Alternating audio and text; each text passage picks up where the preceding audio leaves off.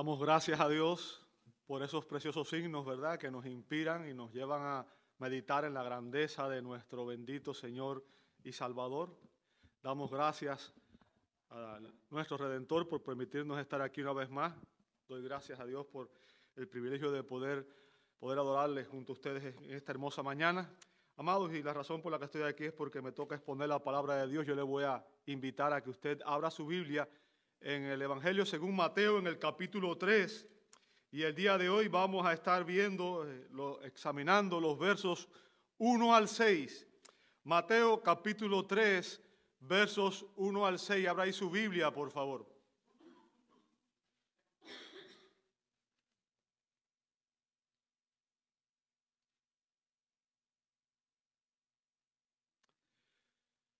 Dice así la palabra de Dios.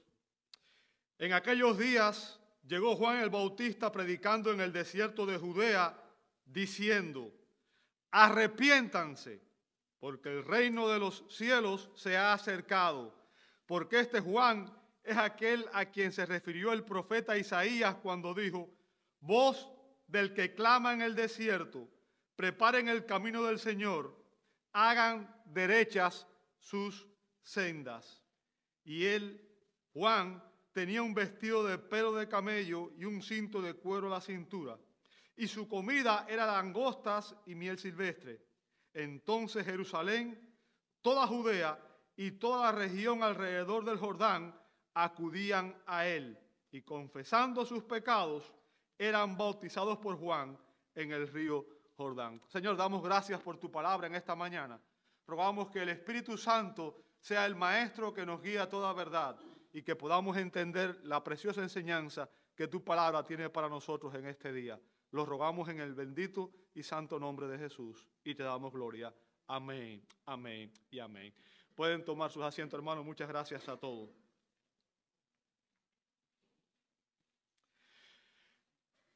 El Nuevo Testamento comienza con 4 evangelios. Los evangelios son relatos de la vida y el ministerio de nuestro Señor Jesucristo. El Espíritu Santo inspiró a cada uno de estos 4 autores, a cada uno de los evangelistas, a cada uno de estos escritores humanos, y ellos enfatizaron diferentes aspectos de la vida de nuestro Señor Jesucristo. Ahora, hace unas semanas comenzamos a estudiar específicamente el Evangelio de Mateo. Y hoy entramos a examinar el capítulo 3. ¿Ok? Ahora, en este punto todavía el Señor Jesús no ha comenzado su ministerio público. En este punto todavía Jesús no ha iniciado su ministerio público, ¿verdad? Pero hoy vamos a ver cómo su precursor, su heraldo, el profeta que vino antes de Jesús, es el personaje principal en esta porción del Evangelio. Su nombre es Juan, también conocido como Juan el Profeta, o más comúnmente llamado Juan el Bautista. Déjeme decirle, pocos predicadores jamás tuvieron los efectos que este predicador tuvo en su ministerio. El ministerio de Juan el Bautista fue excepcional y sin duda merece nuestra atención. Y en el pasaje de hoy, Mateo describe el inicio de su ministerio. En el pasaje de hoy, Mateo describe el inicio del ministerio de Juan el Bautista y da 4 enseñanzas referentes al heraldo del rey. 4 enseñanzas referentes al heraldo del rey. Ahora, ¿qué enseñanzas son estas? Vamos a ver en estos versos. En primer lugar, el mensajero en el verso 1, el mensaje en el verso 2, la misión en los versos 3 y 4 y finalmente el ministerio, los versos 5 al 6. Vamos a ver el mensajero, verso 1. Dice Mateo, en aquellos días, ¿sabe? Y esta expresión es una expresión de tiempo que sirve de transición entre los eventos que Mateo ha narrado en los primeros 2 capítulos, ¿verdad? Referente a la infancia de Jesús, referente a los eventos que tuvieron lugar con el nacimiento y la infancia de Jesús. Y ahora es una transición al inicio de su ministerio, ¿ok? Mateo de esta manera salta aproximadamente unos 30 años. O sea, el último evento que él narra, que vimos la semana pasada, tiene relación con lo ocurrido con Jesús en los primeros meses de su vida, ¿verdad? Y sabemos que Jesús inició su ministerio aproximadamente a los 30 años. Por tanto, aquí hay un lapso de aproximadamente 30 años entre el capítulo 2 y el capítulo 3, ¿ok? 30 años de la vida del rey. Ahora, en el tiempo señalado por el Padre, en el tiempo que se cumplió en el propósito de Dios, dice aquí Mateo en el verso 1, que llegó Juan el Bautista. ¿Sabe? Mateo no da detalles sobre Juan. Si nosotros tuviéramos solamente un solo evangelio, si solamente tuviéramos el evangelio de Juan, no sabríamos quién es este hombre, ni cómo llegó a escena, ni de dónde viene, ni cuál es su trasfondo, ni quién es su familia. No sabríamos prácticamente nada referente a él, ¿verdad? El nombre Juan era un nombre muy común y significaba Yahweh fue misericordioso o Yahweh mostró favor. Ese es el significado de su nombre, ¿ok? Y el término bautista o el que bautiza, que es otra manera de decirlo, fue un apodo que le pusieron a este hombre porque bautizar era una parte fundamental en su ministerio. Su nombre era Juan y el término bautista era un apodo que le pusieron porque su énfasis ministerial, parte de su énfasis ministerial estaba en el bautismo de arrepentimiento, ¿verdad? Ahora, la bendición es que tenemos 4 evangelios, como dije en el principio, y en el evangelio de Lucas, en el capítulo 1, se nos dice quién es este Juan, se nos habla sobre su origen, ¿verdad? Se nos dice que Juan era un hijo de Zacarías, y Zacarías era un sacerdote, en el verso 5 del capítulo 1 de Lucas, ¿ok? Fíjense, su padre era un sacerdote, Juan fue un profeta. Interesante, ¿cierto?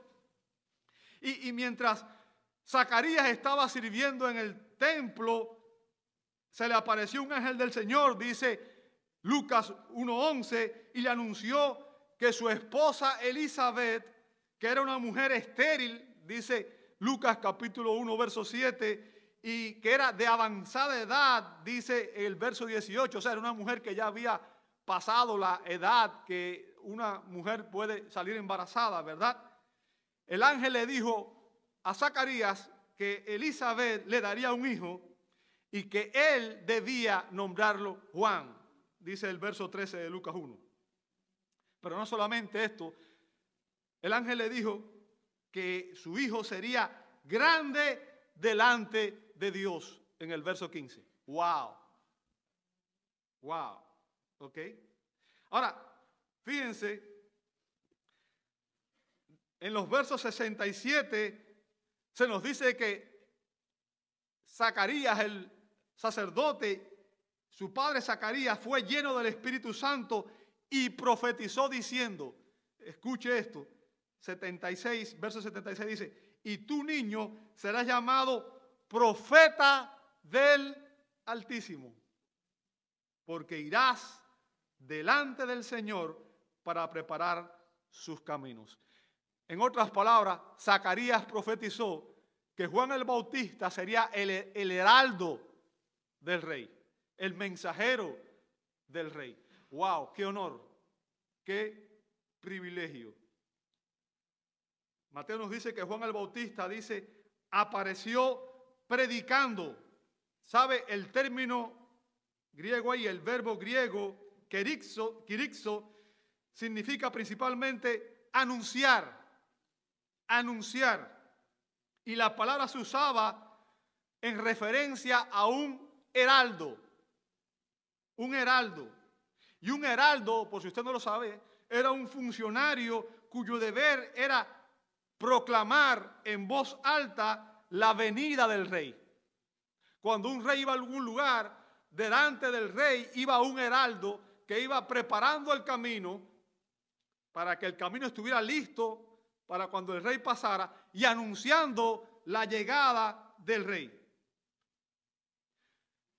Malaquías en el Antiguo Testamento había profetizado que ante la llegada de Cristo vendría un heraldo que prepararía el camino para la llegada del rey, ¿verdad? Si usted lee Malaquías 3:1 dice la palabra: yo envío a mi mensajero y él preparará el camino delante de mí. O sea, ahí está hablando Dios y está diciendo: yo envío mi mensajero, ¿ok? Y ese mensajero es el heraldo que él envía delante, ¿ok? Y él preparará el camino delante de mí. Bien, o sea, ahí se estaba anunciando que ante la llegada del rey Mesías vendría un heraldo que prepararía el camino y que anunciaría el advenimiento, la llegada del rey. El arribo de Juan el Bautista, predicando en el desierto de Judea, anunciaba el advenimiento del rey Mesías esperado y anunciado en el Antiguo Testamento. El heraldo que llegó anunciando presagiaba que el rey estaba por llegar, que el rey estaba por venir, ¿verdad? El Mesías esperado, el Salvador esperado por los judíos, había sido anunciado, venía siendo anunciado por un heraldo, y ese heraldo era Juan el Bautista. Ese fue su ministerio, ¿verdad? Esa fue la razón por la cual el mensajero de Dios apareció. Juan el Bautista fue el heraldo, el mensajero que Dios envió delante, preparando el camino, preparando la senda para cuando él llegara. Así que hemos examinado en primer lugar el mensajero. Vamos a ver el mensaje en la última parte del verso 1 y el verso 2. Fíjense que Juan llegó diciendo, note la expresión, diciendo, ¿ok? Y con esa palabra Mateo indica cuál era el mensaje de Juan. Mateo nos dice lo que Juan proclamaba, lo que Juan anunciaba donde quiera que iba. ¿Ok? Como heraldo, este era el mensaje que Juan proclamaba. ¿Ok? Y el mensaje de Juan era muy sencillo, muy simple. Muy simple. En realidad tenía solamente 2 puntos. El mensaje mío hoy tiene 4. Y el de Juan nada más tenía 2. Pero no piense porque era sencillo, no era un mensaje profundo. Y no era un mensaje que era realmente impactante, ¿verdad? Fíjense, dice el verso 2, note cómo Juan iniciaba su mensaje. Arrepiéntanse. ¿Ok? Una sola palabra. Arrepiéntanse. ¿Ok? ¿Sabe? El verbo griego metanoeo significa un cambio radical de mente y de corazón que conduce a un cambio completo de vida. Un cambio radical de mente y corazón que conduce a un cambio completo de vida. O sea, no es un cambio meramente intelectual, sino una transformación radical de la persona.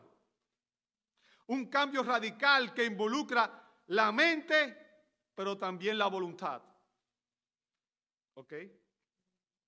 O sea, el arrepentimiento genuino es profundo e implica un cambio radical en nuestro interior que determina también nuestra conducta, nuestras actitudes, nuestras prioridades.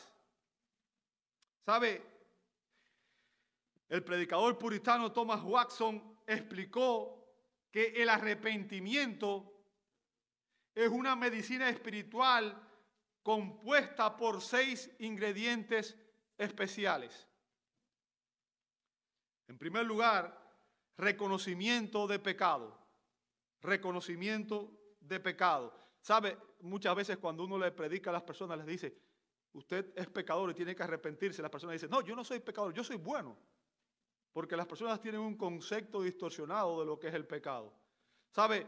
Pecar es violar la ley de Dios. Pecar es violar la ley de Dios. Y nosotros todos violamos la ley de Dios todos los días.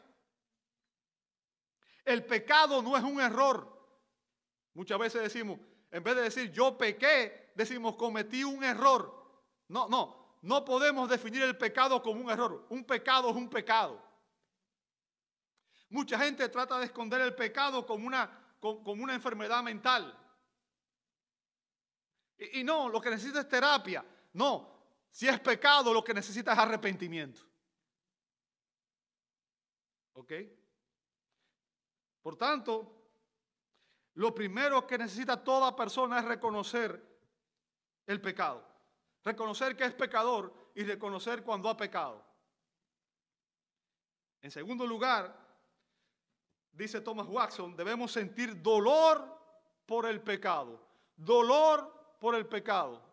¿Sabe? Cuando usted tiene una enfermedad en su cuerpo, usted no se siente con gozo, ¿verdad? No siente alegría de estar enfermo. Y para que usted entienda, en la Escritura, si usted analiza la Escritura en el Antiguo Testamento, por ejemplo, el pecado, la analogía que se usaba con el pecado era la lepra. Y créame, por ejemplo, hoy la lepra no es una enfermedad mortal, pero en aquellos tiempos la lepra era una enfermedad mortal, porque la lepra es una enfermedad que llegaba a la persona y lo que hacía era que mataba todas sus terminaciones nerviosas, de tal manera que una persona que tenía lepra llegaba a un punto que podía tomar algo caliente y no sentía nada. Algo lo pinchaba y no sentía nada. O sea, llegaba a un punto que se hacía daño y se iba lastimando y al final la persona moría.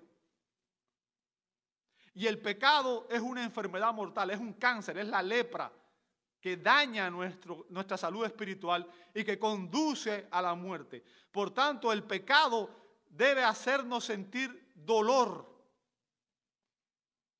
Y el arrepentimiento es eso, es cuando nos duele pecar.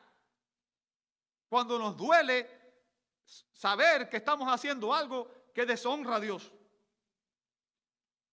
En tercer lugar, dice Thomas Watson, el arrepentimiento lleva a una confesión de pecado, a una confesión de pecado. Si usted lee la Escritura, se va a dar cuenta, por ejemplo, en el Salmo 32 y el Salmo 51, David había pecado con Betsabé. Y cuando usted lee esos dos salmos, usted va a entender las consecuencias funestas que tiene el pecado en la vida de los seres humanos. David dice en el Salmo 51, devuélveme el gozo de mi salvación. El pecado nos roba el gozo de la salvación. El pecado nos roba el gozo de la comunión con Dios. Y en el Salmo 32 dice, mientras callé, envejeció, sentí que envejecía cada día y que mi verdor se volvió en sequedades de verano. O sea, David se sentía árido espiritualmente. Hasta que no hay un arrepentimiento genuino y no hay una confesión de pecado, el creyente va a sentirse árido, va a sentir que su comunión con Dios no está plena, va a sentir incluso que ha perdido el gozo de la salvación porque sabe que está en rebelión contra Dios. Y créanme, mientras no confesamos nuestros pecados, vamos a estar bajo la disciplina de Dios. David dice que él sentía la mano de Dios como una carga pesada sobre él. Eso dice el Salmo.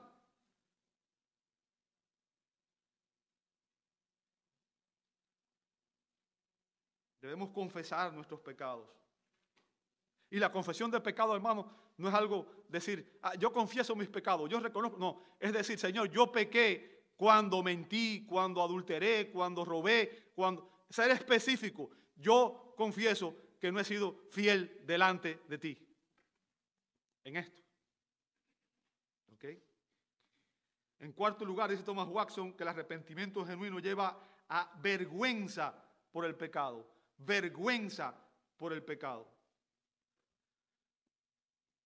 El hombre penitente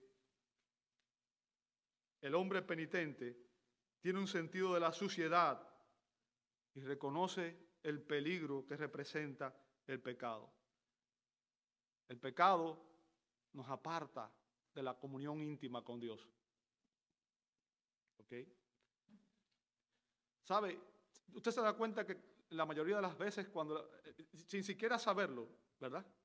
La gente cuando va a pecar trata de hacerlo escondida o trata de hacerlo de una manera solapada. Por ejemplo, la gente que va a adulterar no lo hace públicamente. Generalmente lo va y lo hace escondida, porque sabe que está haciendo algo mal hecho. ¿Cierto? El pecado trae convicción, aún a los incrédulos. La conciencia nos lleva y nos sentimos sucios, nos sentimos mal, sabemos que hemos hecho algo que viola la naturaleza que Dios puso en nosotros. Bien. En quinto lugar, dice Thomas Watson que debemos sentir odio por el pecado. El hombre penitente odia el pecado y se lamenta en su corazón por haber ofendido a Dios y procura vivir una vida fiel y obediente. Y en sexto y último lugar, dice Thomas Watson que debe haber abandono del pecado. Abandono del pecado. O sea, la santa resolución de que siendo sostenidos por la gracia divina, no vamos a volver a cometer ese mismo pecado nunca más. En otras palabras, el verdadero arrepentimiento, amado hermano, implica un esfuerzo constante por parte del creyente de caminar con Dios en obediencia. El hombre arrepentido se aleja del pecado. Se aleja del pecado de una vez y para siempre y se vuelve a Jesús para obtener misericordia. El mensaje del Evangelio debe incluir un llamado al arrepentimiento. Dios manda a todos los hombres en todo lugar a que se arrepientan de sus pecados. Y todo esto que hemos visto debe ser parte de la experiencia suya y mía. Un creyente genuino, la respuesta de todo creyente genuino debe ser arrepentirse de sus pecados y recibir la gracia de Dios que nos ofrece en Cristo. ¿Ok?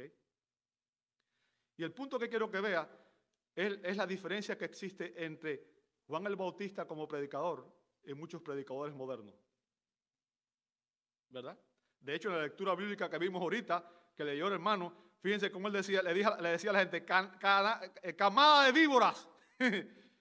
Si alguien se para un púlpito hoy y dice camada de víboras, se le queda el local vacío, ¿cierto? Ahora, el punto que quiero que entiendas es que Juan el Bautista fue un predicador fiel a Dios. Fiel a Dios. Su mensaje no era popular. O sea, Juan el Bautista no buscaba que la gente dijera, oh, qué bonito habla. ¿Verdad? Y que la gente lo reconociera y que la gente lo aplaudiera y no buscaba popularidad. Él no buscaba eso. Su prioridad era ser fiel a Dios.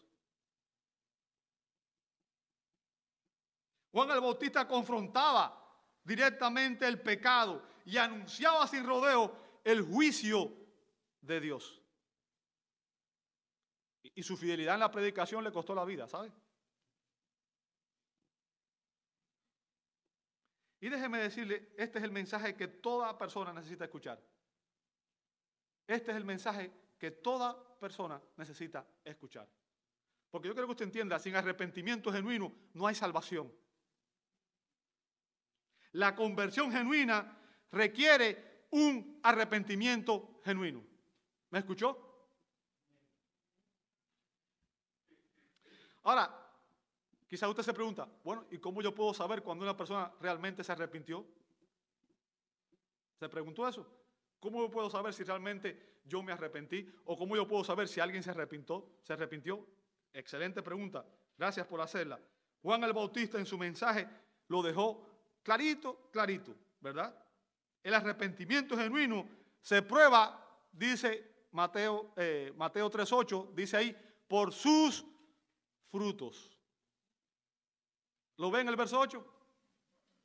Hagan frutos dignos de arrepentimiento. ¿Ok? ¿Y cuáles son los frutos de arrepentimiento? Los que acabo de mencionar. Dolor por el pecado, apartarse del pecado, vivir en santidad.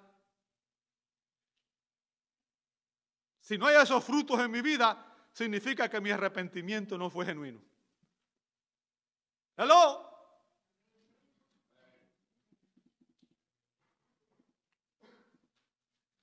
Debido a que el arrepentimiento genuino es un cambio de corazón, produce frutos. Produce frutos. Y si el corazón cambia, las obras cambian. La conducta cambia.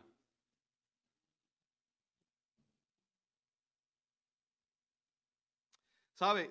Harry Ironside escribió que un ministerio como este, hablando del ministerio de Juan el Bautista, es muy necesario hoy en día cuando los hombres han perdido en gran medida el sentido de la pecaminosidad del pecado. Los hombres hemos perdido el sentido de la pecaminosidad del pecado. Parece hasta redundante, ¿verdad? Parece una cacofonía. Pero el punto es que debido a la cultura tan contaminada en la que vivimos, cada día somos expuestos más y más al pecado y cada día nos hacemos más insensibles al pecado, las personas. Usted escucha las letras de las canciones modernas y créame, hace 30 años atrás usted oía algo así y la gente se horrorizaba. Y ya hoy es normal. Es normal. La cultura está tan perdida que las personas ven como normal que un profesor de una escuela le esté hablando de sexo a un niño menor de edad y le esté diciendo que puede ser un niño, puede ser una niña, o que una niña puede ser un niño. Y eso es una perversión. Y lo vemos como normal. Estamos perdiendo la sensibilidad de lo que es el pecado. La cultura está en contra de la palabra de Dios. Y la cultura arrastra a las personas con la filosofía, con las ideologías.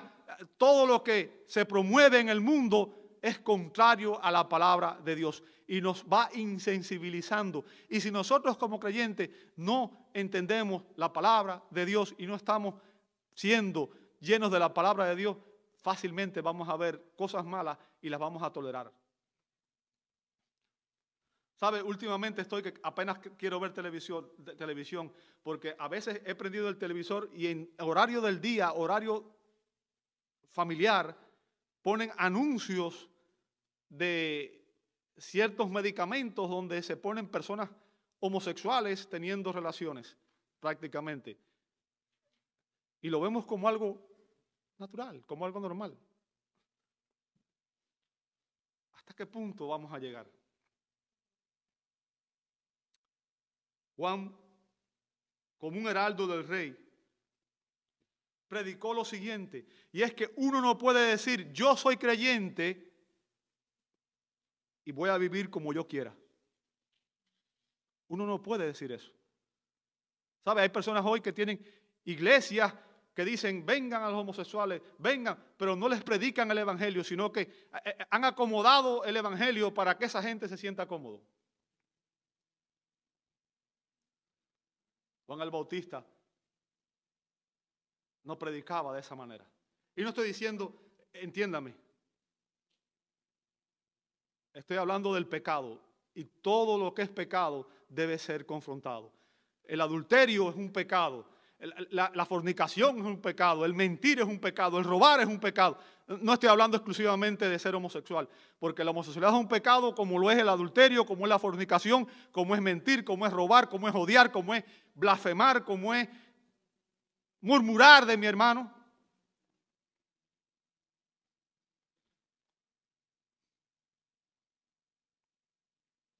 No podemos decir yo soy cristiano, pero voy a vivir como me da la gana, voy a vivir como vive el mundo, porque eso es una mentira. Y si tú crees que tú eres cristiano y sigues practicando el pecado sin sentir dolor, es porque realmente no eres cristiano.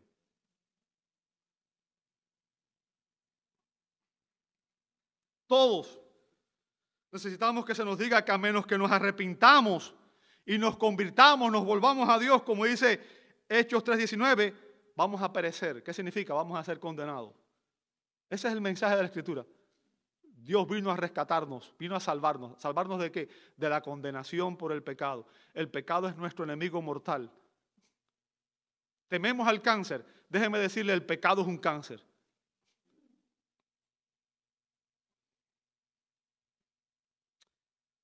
El segundo punto del mensaje de Juan era, porque el reino de los cielos se ha acercado. El reino de los cielos se ha acercado. ¿Sabe? La frase el reino de los cielos es exclusiva del Evangelio de Mateo y aparece unas 32 veces. Esta es la primera vez que la vemos. Mateo usaba la palabra cielo como un eufemismo para el nombre de Dios. En otras palabras, en vez de decir el reino de Dios, Mateo usaba el nombre el reino de los cielos. ¿Por qué razón? Recuerde, él escribió este evangelio específicamente para los judíos y los judíos eran renuentes a pronunciar el nombre de Dios. La frase reino de los cielos o reino de Dios tiene sus raíces en las profecías del Antiguo Testamento que anunciaban la venida de un rey mesiánico. Usted puede verlo, por ejemplo, en el Salmo 2. Es un salmo mesiánico. Y señalaban un lugar o un tiempo en el que Dios reinará y gobernará específicamente. ¿Ok? ¿Sabe? Obviamente, la Biblia nos da una noción de Dios como rey y de su gobierno real. Por ejemplo, en las escrituras del Antiguo Testamento vamos a ver muchos pasajes donde se habla de Dios como rey, ¿verdad? David declara en el Salmo 10:16, el Señor es rey eternamente y para siempre. Y en el Salmo 103:19 dice, y su reino domina sobre todo. Salmo 145:13 dice, tu reino es reino por todos los siglos y tu dominio permanece por todas las generaciones. Daniel profetizó en Daniel 2:44 que el Dios del cielo levantará un reino que jamás será destruido y permanecerá para siempre. Y en el capítulo 4, verso 3 dijo que su reino, el reino de Dios, es un reino sempiterno, o sea que es para siempre, es eterno. En otras palabras, la Escritura nos presenta a Dios como el Rey del cielo. Y el reino de Dios o el reino celestial es el reino de Dios. Es donde Dios gobierna. ¿Verdad? Ahora, en cierto sentido, el universo entero es el reino de Dios. ¿Por qué? Porque Dios es soberano sobre todo. La Biblia dice que no cae una hoja de un árbol sin que Él no lo sepa y que aún nuestros caballos están contados. Entonces, en última instancia, Dios está en control de todo. Aun cuando las personas hoy se rebelan contra Dios. ¿Ok? Pero en un sentido más restringido, el reino de Dios o el reino de los cielos, amado hermano, es aquel en el cual Dios gobierna en la vida de su pueblo redimido. Si usted pregunta dónde está el reino de hoy, está en su iglesia. Está en su iglesia. Aquellos que honran a Dios, aquellos que están sujetos y que reconocen a Jesús como el Salvador, el Mesías, como su Señor y Salvador. Juan proclamó que el reino de los cielos se había acercado porque Jesucristo, el Rey de Reyes, estaba en la tierra y estaba a punto de manifestarse a la humanidad. El mensaje de Juan era que uno más poderoso que él vendría entre ellos. Lo vemos aquí en Mateo 3:11. El que venía era el rey Mesías esperado. Juan dice, yo solo puedo bautizar con agua, pero el rey que viene podrá bautizar con el Espíritu Santo, dice en el verso 11.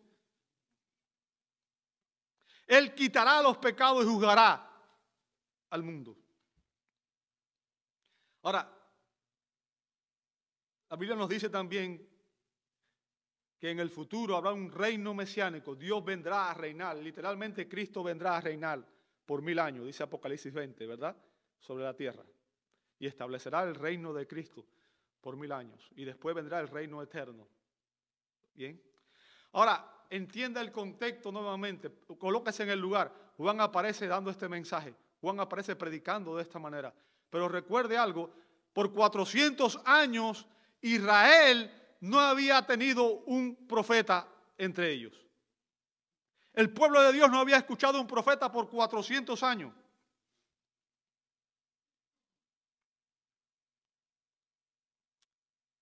Juan no era como los fariseos o como los escribas. Juan predicaba como los profetas de la antigüedad. Juan llamó a los israelitas a arrepentirse y apartarse de sus pecados.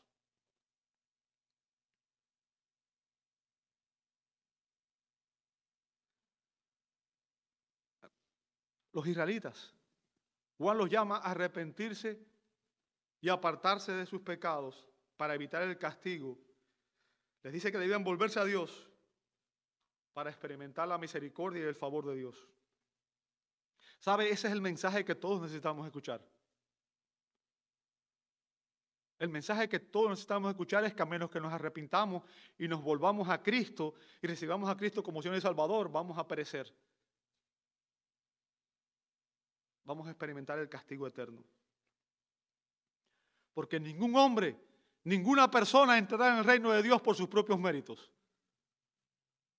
Usted puede hacer todas las buenas obras del mundo. Como dijo Pablo en Corintios 13, si yo diera todos mis bienes a los pobres y si diera aún mi cuerpo para ser quemado, nada va a valer si usted no tiene a Cristo como su justicia.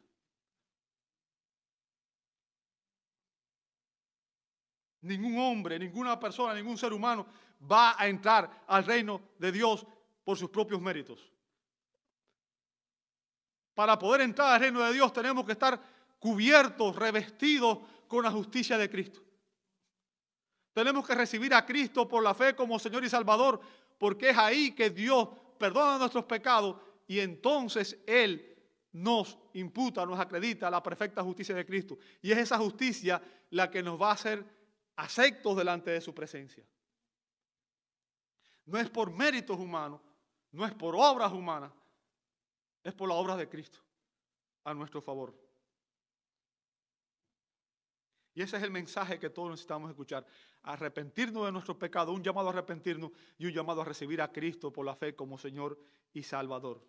Ahora, después de examinar el mensaje, vamos a ver la misión de Juan. La misión de Juan, dice el verso 3 y verso 4, dice, porque este Juan es aquel a quien se refirió el profeta Isaías diciendo, voz del que clama en el desierto, preparen el camino del Señor, hagan derechas sus sendas.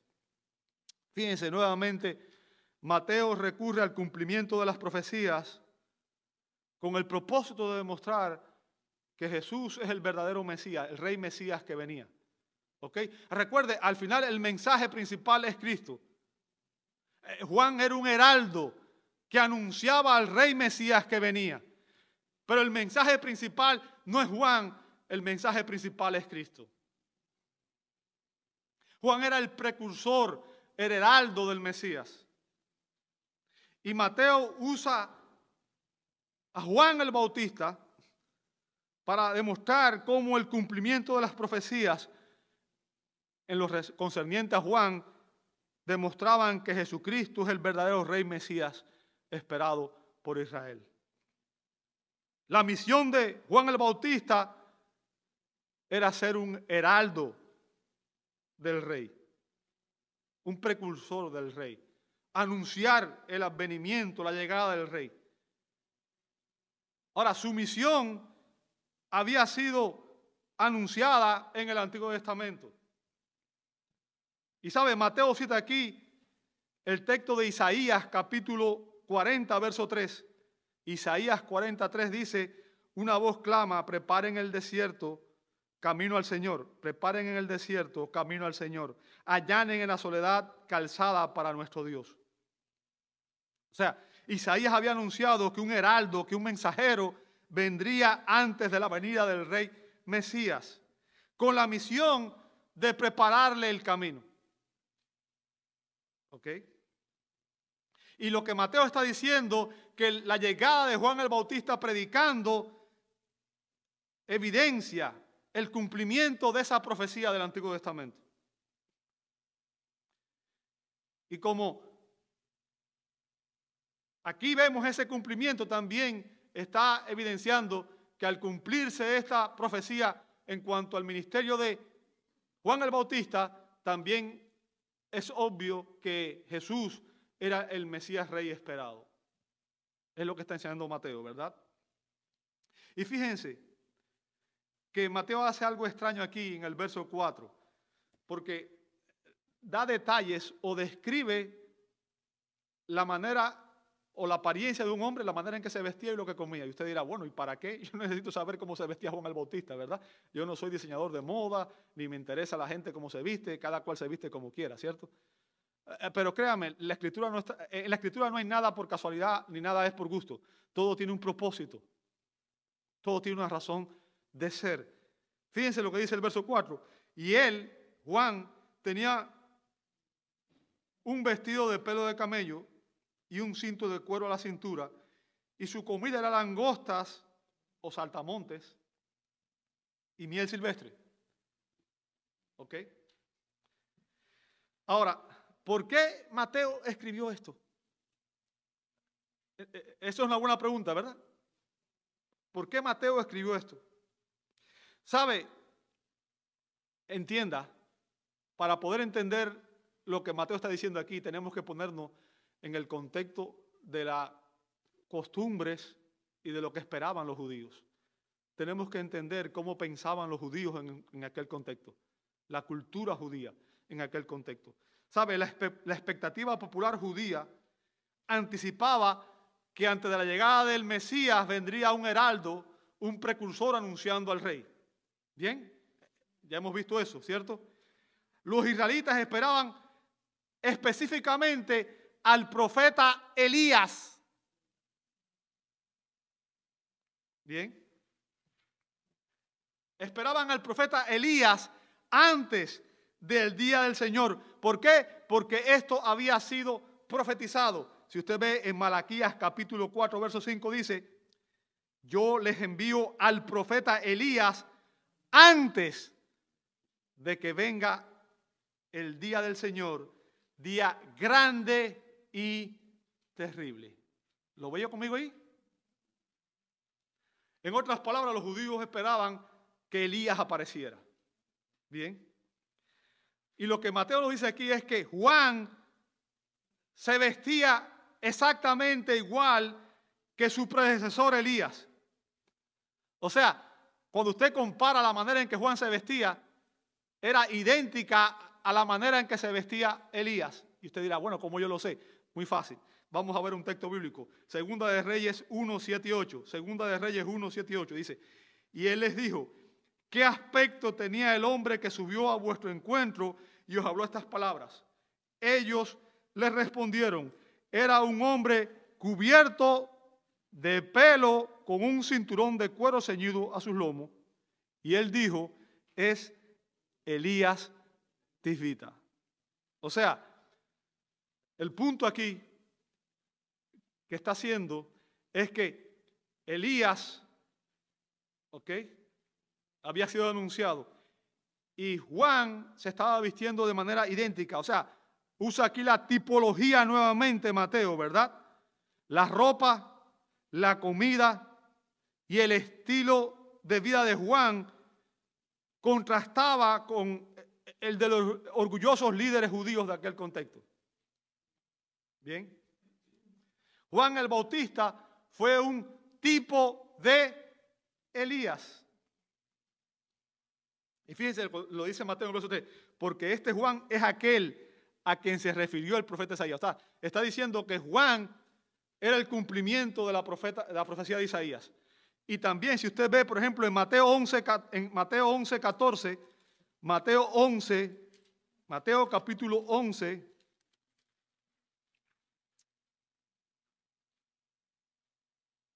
voy a leer desde el verso 11, ¿ok? El texto que quiero ver específicamente es el verso 14, pero usted ve desde el verso 11, dice, en verdad les digo que entre los nacidos de mujer, ahora quiero que note algo conmigo, quien está hablando aquí, ¿quién es? El Señor, ¿ok? Ahora, imagínese usted un predicador que escuche estas palabras del Señor Jesús. Eso es éxito en el ministerio. ¿Me entiende? En verdad les digo que entre los nacidos de mujer no se ha levantado nadie mayor que Juan el Bautista. ¡Wow! ¿Se imagina? ¡Qué honor! ¡Qué privilegio! Que el Señor diga eso de un ministro. Sin embargo, el más pequeño en el reino de los cielos es mayor que él. Desde los días de Juan el Bautista hasta ahora, el reino de los cielos sufre violencia y los violentos lo conquistan por la fuerza, porque todos los profetas y la ley profetizaron hasta Juan. Juan fue el último profeta del Antiguo Testamento. ¿Bien? ¿Por qué? Porque recuerde, Cristo venía, el Mesías venía y se iniciaba una nueva era, el nuevo pacto en Cristo, en la sangre de Cristo. ¿Ok? Por tanto, concluía la era anterior, iniciaba algo nuevo. El antiguo pacto ahora era cumplido en Cristo. ¿Ok? Y note lo que dice el verso 13, porque todos los profetas y la ley profetizaron hasta Juan. Verso 14, y si quieren aceptarlo, él es, ¿quién? Elías. En otras palabras, Jesús dice, ¿sabes qué? Juan el Bautista es el cumplimiento de esa profecía del Antiguo Testamento. Él es el Elías que había de venir. Juan el Bautista fue un tipo de Elías. Y su ministerio, su misión era predicar que los pecadores se arrepintieran, como mismo lo hizo Elías. ¿Verdad?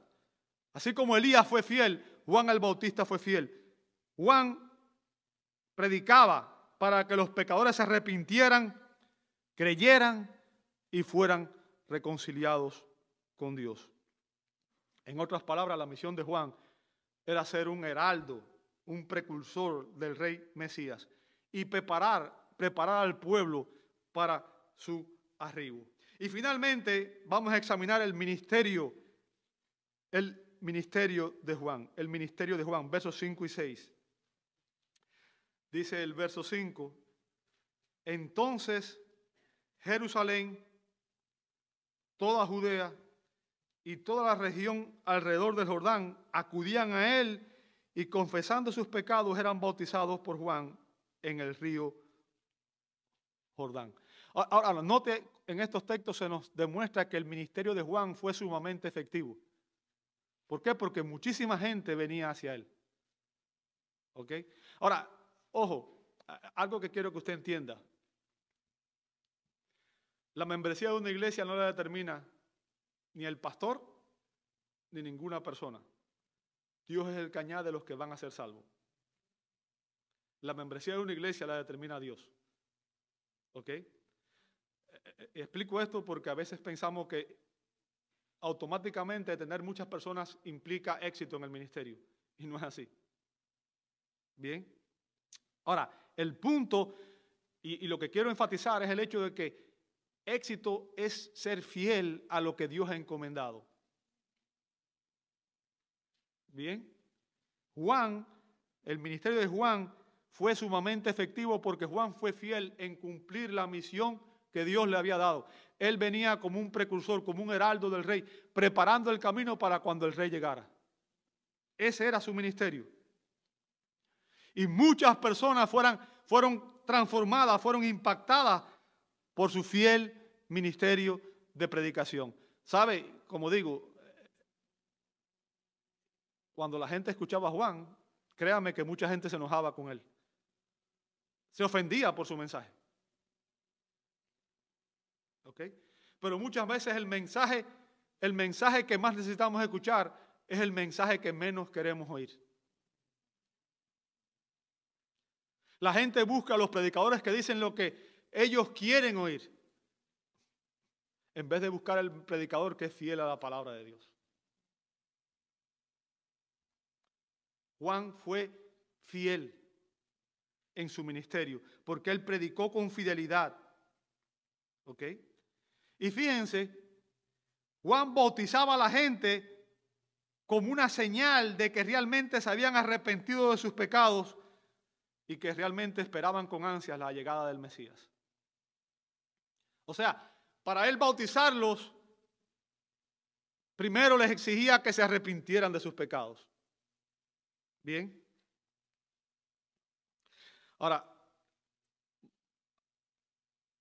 algunos comentaristas sugieren que Juan copió la práctica de bautizar. Para nosotros el bautismo es algo común hoy en día, ¿verdad? Para la iglesia el bautismo es algo común hoy en día.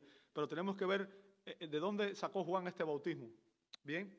Algunos creen que Juan copió la práctica del bautismo de los prosélitos judíos. O sea, recuerden, los judíos como tal no se bautizaban. Ellos practicaban ritos de purificación, pero ellos no se bautizaban. ¿Ok? El rito que practicaban los judíos en el Antiguo Testamento era la circuncisión. Bien. Por tanto, solamente se bautizaba a los prosélitos. Y los prosélitos eran gentiles que se convertían al judaísmo. ¿Ok? Otros creen que el bautismo de Juan tenía algo de la purificación ritual de los esenios. ¿Por qué? Porque precisamente los esenios después se ubicaron en esa zona donde Juan estuvo predicando. ¿Ok? Pero eso no es así. ¿Por qué? Porque los bautismos esenios no eran realmente bautismos, sino que más bien eran actos de purificación. Y el bautismo de los prosélitos simplemente significaba la admisión de los gentiles a la nueva comunidad judía, ¿verdad? Y el bautismo nunca era administrado a un judío. Ahora imagínense, de repente Juan llega allí en medio del desierto predicándole a los judíos que se arrepientan y que se bauticen. El bautismo de Juan era principalmente para los judíos, aunque no excluía a los gentiles. Y Juan estaba llamando a los judíos a arrepentirse públicamente de sus pecados. Un arrepentimiento público, una confesión pública de que eran pecadores. La semana que viene vamos a hablar un poco más al respecto, ¿verdad? Pero si usted ve el contexto se va a dar cuenta de que los líderes religiosos se negaban a arrepentirse. Se negaban a arrepentirse. ¿Por qué? Porque ellos decían que eran miembros del pueblo escogido de Dios. Miembros de la nación del pacto. Eran descendientes de Abraham. Eran herederos de los pactos y de las promesas de Dios. Por tanto, ellos sentían que no tenían nada de lo cual arrepentirse.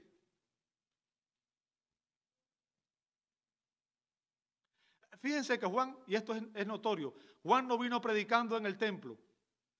Juan vino predicando ¿dónde? En el desierto. ¿Por qué? El templo era el lugar donde usualmente se enseñaba la palabra de Dios. Sin embargo, lo notorio y lo que quiero que usted entienda es que en el templo quienes enseñaban eran obviamente los escribas, los fariseos y los saduceos. Y eran ciegos, guías de ciegos. En el lugar donde debía proclamarse el mensaje de Dios, se estaba proclamando un falso mensaje. El verdadero profeta estaba en el desierto.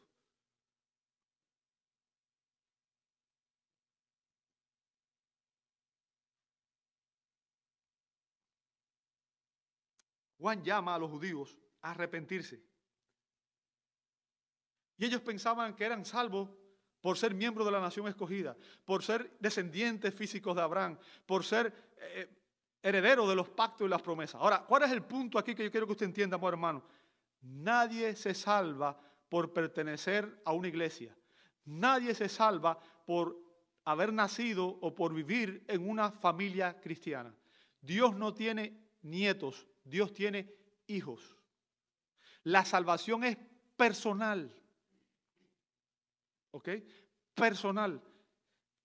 Toda persona debe reconocer que es pecadora por naturaleza, que ha vivido en rebeldía hacia Dios. Debe arrepentirse de sus pecados, como ya va Juan aquí, y debe recibir a Jesús como su único y suficiente Salvador y Señor. Esa es la solución al pecado. Y no importa que estés aquí 10 años, 20 años, 50 años, no importa que vivas en un lugar cristiano toda tu vida, si nunca realmente te arrepientes de tus pecados, si nunca entiendes realmente cuál es tu condición real delante de Dios y nunca recibes a Cristo por la fe, nunca serás salvo. De eso se trata. El mensaje es ese. Es un llamado a que todos examinemos nuestra vida y nos demos cuenta si realmente nosotros nos hemos arrepentido de nuestros pecados y hemos recibido realmente a Cristo como Señor y Salvador. Porque si eso es verdad, entonces debe haber frutos de arrepentimiento y un cambio de vida que demuestre que usted y yo anhelamos ser más como Cristo y menos como nosotros. Y seamos capaces de decir como Pablo, con Cristo estoy juntamente crucificado. Ya no vivo yo, Cristo vive en mí y lo que ahora vivo en la carne lo vivo por fe en el Hijo de Dios. Esa debe ser tu experiencia y la mía. Y si no lo es, entonces, como dice Pablo, examinaos a vosotros mismos si estáis en la fe, si Cristo está en vosotros. Si no, estáis perdidos. Te invito a orar. Padre, ayúdanos, Señor, en esta mañana a examinar nuestro propio andar contigo. Señor, que entendamos que no se trata de una simple religión, que la religión verdadera es esta, es reconocer nuestra condición delante de ti, que todos somos pecadores, que todos estábamos perdidos y que tú nos llamas al arrepentimiento y a recibir a Cristo como único Señor y Salvador. Porque algún día todos nosotros tenemos que comparecer ante ti. La Escritura dice que está establecido que todos los hombres mueran una sola vez y después de esto el juicio y después no habrá segundas oportunidades.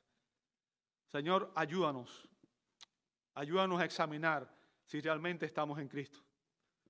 Padre, si no lo estamos, si no estamos seguros, que hoy sea el día en que reconozcamos que estamos en rebelión contra ti, que hemos pecado contra ti y que nos arrepintamos genuinamente y que podamos ir a Cristo, reconociendo que allí está la gracia de Dios y que cuando una persona recibe a Cristo por la fe, se convierte en un hijo de Dios.